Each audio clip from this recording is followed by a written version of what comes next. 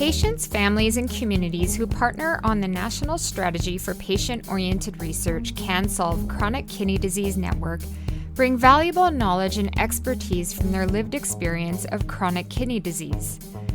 They help to inform research priorities, design, and results, helping to ensure that the research is more relevant and meaningful to others living with chronic kidney disease. Taking time to build relationships in the beginning is an important aspect of patient-oriented research and will help to foster respectful collaborations and partnerships when working together. Ensuring that diverse perspectives are reflected in all aspects of the research will ultimately help to improve the quality of care and health for Canadians living with chronic kidney disease. This is episode 11 of Pep Talks, the Patient Engagement Podcast. In this episode, we hear from Mary Beaucage about her experiences and reflections of getting involved and working as an Indigenous patient partner for the National Can Solve CKD Spore Network. The Can Solve CKD Spore Network strives to transform treatment and care for all Canadians living with or are at risk for chronic kidney disease. Paul Ferry first asked Mary about how COVID-19 has impacted her work as a patient partner in research. I had a lot of events that I was involved in planning and, speaking engagements and things like that. And as time went on, the really recent ones, sort of like once it was the middle of March, just before March break for us, when the cancellations started happening, immediate ones, decisions were made. And then as the next week came on, more and more things were canceled. And it was just in that first couple of weeks. And then it started being more into May and thinking longer term. And as I'm seeing, things that I'm involved with sort of like slip away, and for good reasons, I totally understand and I totally supported it, but it was just like, okay, now what do I do? So it left me feeling very out of control and sort of aimless in the first week, because honestly, like social distancing and taking precautions about washing your hands and things like that are pretty well, not so much the social distancing, but the washing your hands and whatnot are pretty normal to me because I am a transplant recipient and I do take medication to suppress my immunity so that I don't reject my kidney. So those things, that people were talking about, coughing in your arm and all that type of thing where, okay, I can handle that. That's okay. Yeah. But yeah, as time went on, it was just kind of like, okay, this is, and I knew it was getting real and I kind of had an idea of the severity because I was following it in the news, but when it really affects you, it's like, okay, now what? So I kind of let myself sort of flounder for a bit. I really didn't know how to refocus myself, but yeah, I generally, it's interesting how things have sort of turned around to now some of the stuff that I'm engaged with is more COVID related, even with the same groups that I'm involved in, but, just in a different way. So, I mean, it's maybe not the same sort of involved in engagement, but I mean, some of the stuff that I do is cross country anyway, or we're used to Zoom calls and reaching out virtually that way. So yeah, so it hasn't affected me in that way that much because I've already been accustomed to that working from home idea. Have you heard anything from sort of the broader patient-oriented research or patient engagement community about how COVID might have affected their work? I work with Can Solve CKD as a patient partner, and I know our research, we have 18 research projects, and I know those are all pretty well on a standstill because a lot of their principal investigators and even the research staff is focusing on frontline work and maybe even switching their research onto COVID related things. So our projects that we're focusing on right now are pretty well on hold. I mean, it was really good as time went on. We had, connections with some of the projects and saying the obvious, but I think we really needed to hear it too from people and just sort of connect that way. From the investigators and the research staff that were engaging patients and whatnot, to just to sort of touch base and say, due to everything that's going on, obviously you understand that, things are on hold for now, and we understand that too, because I mean it's a crazy time for everybody, right? Yeah. And I'm lucky, I don't have to work on front lines or anything. I used to be in retail management too, so I Okay. understand the retail perspective of that too. So pretty well everything is on hold right now. Because I mean, obviously patients can't be engaged in stuff at a personal level either, because we need to stay home and we need to be safe. Tell me about what first inspired you to get involved in health research as a patient partner. I'll start with my kidney journey. I had a Sure. crash start in 2013. Woke up from a 4-day coma on dialysis. And my learning curve was pretty steep because I had been pretty well asymptomatic until then. So I didn't really know what my treatment options were, or dialysis or transplant were what I was looking at. I had to learn really quickly, and I don't know if it was just because I'm the type of person that I am, where I searched out the information. I tried to search out support as well, and sometimes living in a northern community, it's a challenge. That you don't have the resources readily available to you, because sometimes it's more centralized, where it's in more of a like a southern area or that type of thing. So anyway, I did a lot of research on the internet, obviously, and I was given some tools, some booklets and whatnot to look at from the social worker that I had spoken to. But then they kept telling me that I was a good candidate for transplant. So in learning that, there's like two options. I could be on the deceased donor list, which for me and my blood type led to an approximately 8-year wait, or I could look at the living donor option, and that was more controllable for me. I seem to have a control freak thing, but so I didn't really ask people to get tested. What I did was I had put my information and was sharing my my journey on social media.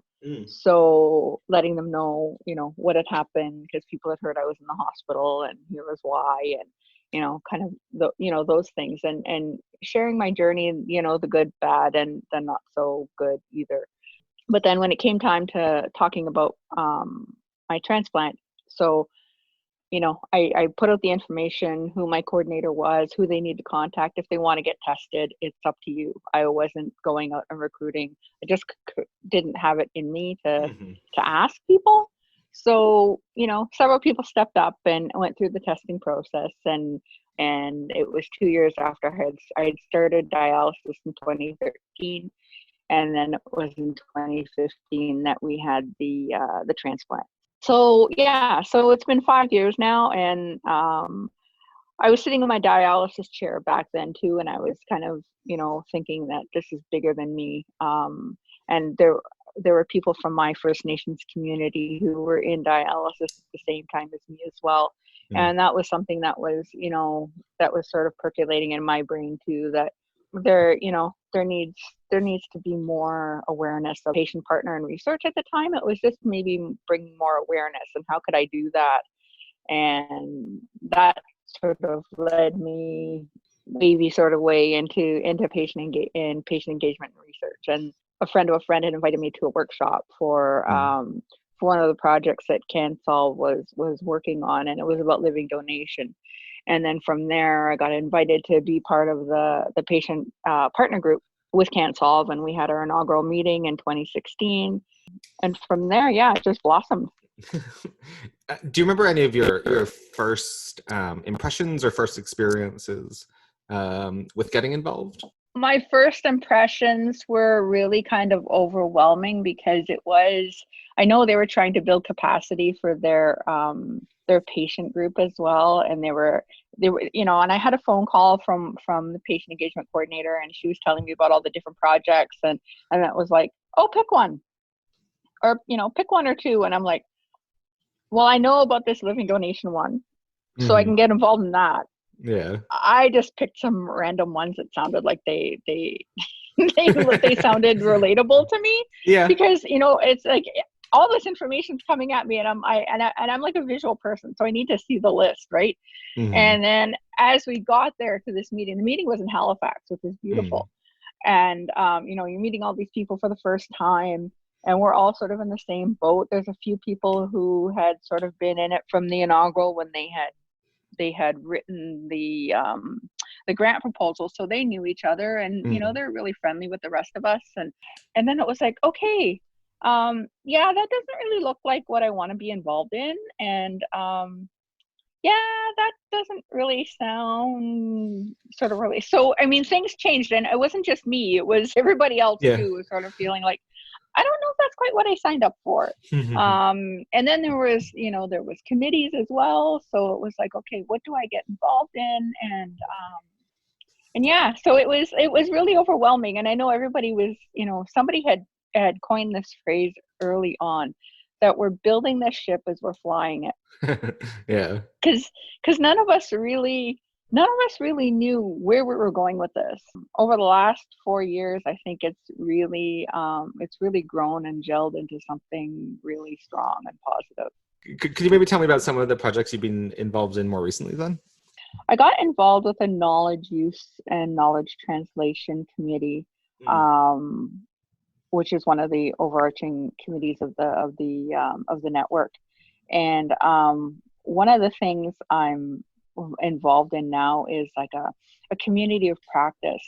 And now that, I mean, in the early days when we started with KT, it was really, we really didn't have a lot of meat on the bones that was really anything to present or talk about. But now that the projects have been in play for a few years now, there's more presentations that are being made, or plenary talks, publications, that type of thing. So now we're at a point where a community of practice has been created, so that we can engage all of the 18 projects, engage the patients in those presentations and in those publications, because we are really trying to maintain that the patient engagement is really wholesome. Some points where patients can't be engaged, but the projects are really stepping up to the plate in terms of project. And there's other patients that are helping develop or give input and whatnot too. And it's more than being a patient subject. It's really participating in developing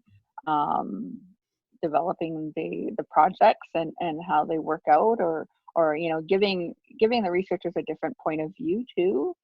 So and being involved with writing papers and things like that too is a really big way of getting the patients involved and sort of seeing, not necessarily the end project at this point, but seeing how it's developing and reflecting on how that development happens too.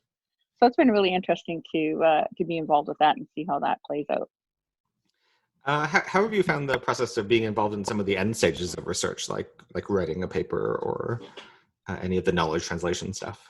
I remember the first time I was in a KT committee meeting a couple of years ago, and we had they had asked us to they'd given us each a couple of the projects to assess, and they had given us a sheet with certain criteria on it, and I was like, oh my God, I don't know if I can do this. And, I really need to sort of, look like I know what I'm doing, kind of thing. And I put it off and I put it off. And then I was sitting in a hotel. Then I started going through the project outline and then going through the criteria that they were asking. And I think I was done the first one in like 15 minutes. And I had filled out, like, had really, good answers and stuff. And I'm like, why did I not do this before? Why do I do this to myself? But yeah, so then, and then going into the meeting the next day, and then, you've got to verbalize your thoughts on this project and whatnot. And then I was like, okay, I can handle myself in this. I got this. So that was, and then once I sort of understood that KT knowledge translation sounds like such a broad almost vague kind of Mm. description, but Yeah. really understanding that the scientific jargon has to be translated not just into something that the patients or lay people can understand, but stakeholders and other people who are involved, funders, that type Mm. of thing. That really, knowing that they needed that translation too, really helped me understand the process or the purpose. Mm-hmm. So yeah, and getting into writing papers.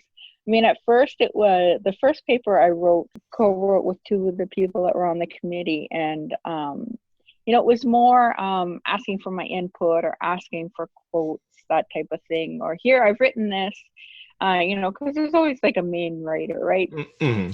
I've written this. What do you think? And at first, I wasn't giving a lot of input because I thought, oh no, that looks good, that looks good. And then one of the researchers was saying to me, if you think something's not right, you can tell us. And then Mm-hmm. I kind of gained that comfort in saying, okay, well, no, I think it happened this way. And oh yeah, you're right. So, because it was more of a process paper as to how the committee started and where we're going and that type of thing. So it was really interesting to have the input that way. And then that paper led into a poster presentation too, which I was lucky enough to have presented in Ottawa, in Montreal, in Australia, and in Washington, D.C. So that was pretty cool, having Mm-hmm. those opportunities. I didn't get to go internationally Okay. for different reasons, but Yeah. it was just nice to have that poster go around. And now we're looking at having our patient council or our patient governance circle write papers. We're looking at now, whether it's a process paper on how our patient governance circle evolved or experience, that type of thing. We're Mm-hmm. looking at this year being a real focus for CanSolve to focus on publications. So Mm-hmm. I'm looking to write something this year on sort of my experience from beginning to end, and this is actually a really good sort of conversation to have because it's bringing back memories for For me. sure. So Yeah. Yeah. Could you actually tell me more about this CanSolve CKD patient governance circle? Like what is it? What's your role on it? when CanSolve started in 2016, we had I think it was like 20 to 30 people at the max. Part of the infrastructure of CanSolve was always to end up having something where more patients could get involved and eventually sort of write your own story as to how involved you want to get, whether it's being a participant in a research study, or getting involved in governance or getting involved in committee work, that type of thing. So we realized that our patient council, because we were building, like I said earlier, we're building capacity. So we realized that you can only go so far where it's manageable. And everybody's valuable. Like, don't get me wrong, everybody's valuable. But we realized that I was on the executive council, and we realized that not everybody wants to be involved in it. Needed to sort of evolve, and what we came up with was a 12 to 15 person patient governance circle. So we still have an executive, but now we have 12 people right now who are involved with governance and consulting with our leadership teams and looking at sort of how the council's going and how the network is going too, because there's a lot of moving parts in a big network like that. So it's really important, because we are a patient-oriented research network, to have a really good, robust patient-oriented group that is invested in what's happening. So so we started talking about this evolution last September. It's been about a year that we've had this planning, and then this October we were able to get the 12 patient governance circle members together in Vancouver, and at our head office in Vancouver, and have a good gathering where we could focus and sort of talk about the good, bad, and the ugly of what's going on, and where do we go from here, and what are our plans for the future, and if they're what we're looking at, and talking about engagement. And that's where, when I talked about capacity building, we've now designed this program called Kidney Link. Anybody with kidney disease, or whether they're a recipient or donor or caregiver, can sign up and be part of this network. And then that's where they can choose their path of how much they want to be involved. And then there's also a program in there too called Kidney Pro, which can teach you more about the basics of research in the kidney world, and what's going on, and what's involved in research, especially from a patient perspective. So I think that was made live in the fall, this past fall as well. So we're looking at growing capacity of patients that way too, and it's also a good way for any researchers who are looking for patients to go in and see if anybody wants to get involved in any of their projects as well.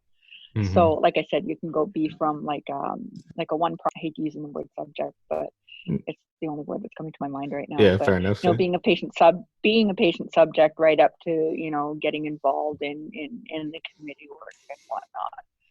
It's evolving. We never thought that who knew 4 years ago that we would actually be at this point too. And the other thing I'm involved with as well, like we've got the patient governance circle, but we also have the Indigenous Peoples Research and Engagement Council as well, which I'm a part of. And so they sort of like work hand in hand with the PGC. And that was one of the commitments that CanSolve had made when they wrote their grant, was to have a real strong Indigenous presence, because chronic kidney disease is becoming more of an issue with higher rates of diabetes in Indigenous communities, First Nation communities. So that was something they committed to, and so we've got about a 25 member IPERC team as well. So they meet quite regularly, and we're doing a lot of good things too. Also too, three of our 18 research projects are Indigenous focused. So that helps with guiding our work as well. For sure, yeah. So often, as part of the Alberta SPORE patient engagement platform, we get asked by researchers about how they might engage Indigenous patient partners. Is there any advice that you would give them before they started? If you're looking at engaging communities, I think it's really important to contact the community and involve them in the work that you want to do. It's one thing to come into a community and say, this is what we want to do, but you'll get more commitment by building relationships and working together with them in coming up with research questions together, or what your idea of doing in the beginning may end up evolving once you build those relationships with that community. And that's one of the things that we found through IPERC, that we found was a real opportunity for our researchers and researchers in general, because there is a bit of a disconnect in terms of connecting with Indigenous communities. And so this wasn't in any plan that we had, but we started developing what's called a learning pathway for researchers going into communities. So we've taken things that sort of already exist, like SANYES, cultural training, and OCAP, which is ownership, control, access, and possession of data and research. Okay. It's a certain set of protocols for First Nations communities to be involved in that process. And then also, one of the first things that we did with the majority of our research teams and patient partners a few years ago is we had a Kairos blanket exercise. So that was a really good eye opener for a lot of people who weren't aware of a lot of Indigenous issues in the history, um, that got us to where we are today. So things like that, and we're also developing our own modules as well. Okay. So those are still under development too. I mean, it is, like I said, it ended up becoming, bigger than we thought it would be, and it's just great to see the creativity and the commitment, Hmm. and working with the elders in our communities and whatnot too. And I think that's, it's learning, asking the community you're going into what their protocols are, or what their needs are, and building that relationship from there. And I tell most people that it probably takes about 75% of your work to build the relationship. And Mm-hmm. then once that's built, then, and everybody's in agreement, then, the last 25% is the easy part. Yeah. For sure. What about we often get questions as well about some of the difficulties involved in engaging rural and northern communities in projects. And any thoughts for researchers who are interested in doing that? Whether it's a rural or whether it's Indigenous community, there's always physical barriers, right? In Mm. terms of transportation, sometimes it's technology that's a barrier, and sometimes you think of those things, and that puts sort of a hesitance in front of you. But Mm-hmm. I think what you really need to do is ask the communities, because I'm sure they've come up with these sort of, they've dealt with these barriers before. So maybe they have ways that, can work in your favor. And I know, like, I live in North Bay, Ontario, which is, like I said, about 4 hours north of Toronto. And even with us, because we're not near a big research center, like there's some research that's done in the university up here. Mm-hmm. I'm not dismissing that at all. But in terms of anything kidney related, for example, everything would be done at a transplant or a bigger hospital. Sure. So yeah, we are disadvantaged in that way, in terms of being involved in any research, because if we need to go down for any testing or anything like that, we need to be, we have to travel. Mm-hmm. So there's a travel cost, there's an occupancy cost or accommodation cost. Yeah. That's on top of that as well. And do you always budget for that? So yeah, it is a big budget item. So, but telehealth, and I mean, we're proving now in these days of COVID that Yeah. there are some things that we can adapt to. So thinking outside the box, I think, is really, really important, especially when you're dealing with communities like that. And I think it's important to include communities like that, because they give you a different demographic than you would get from just using people that live near your center.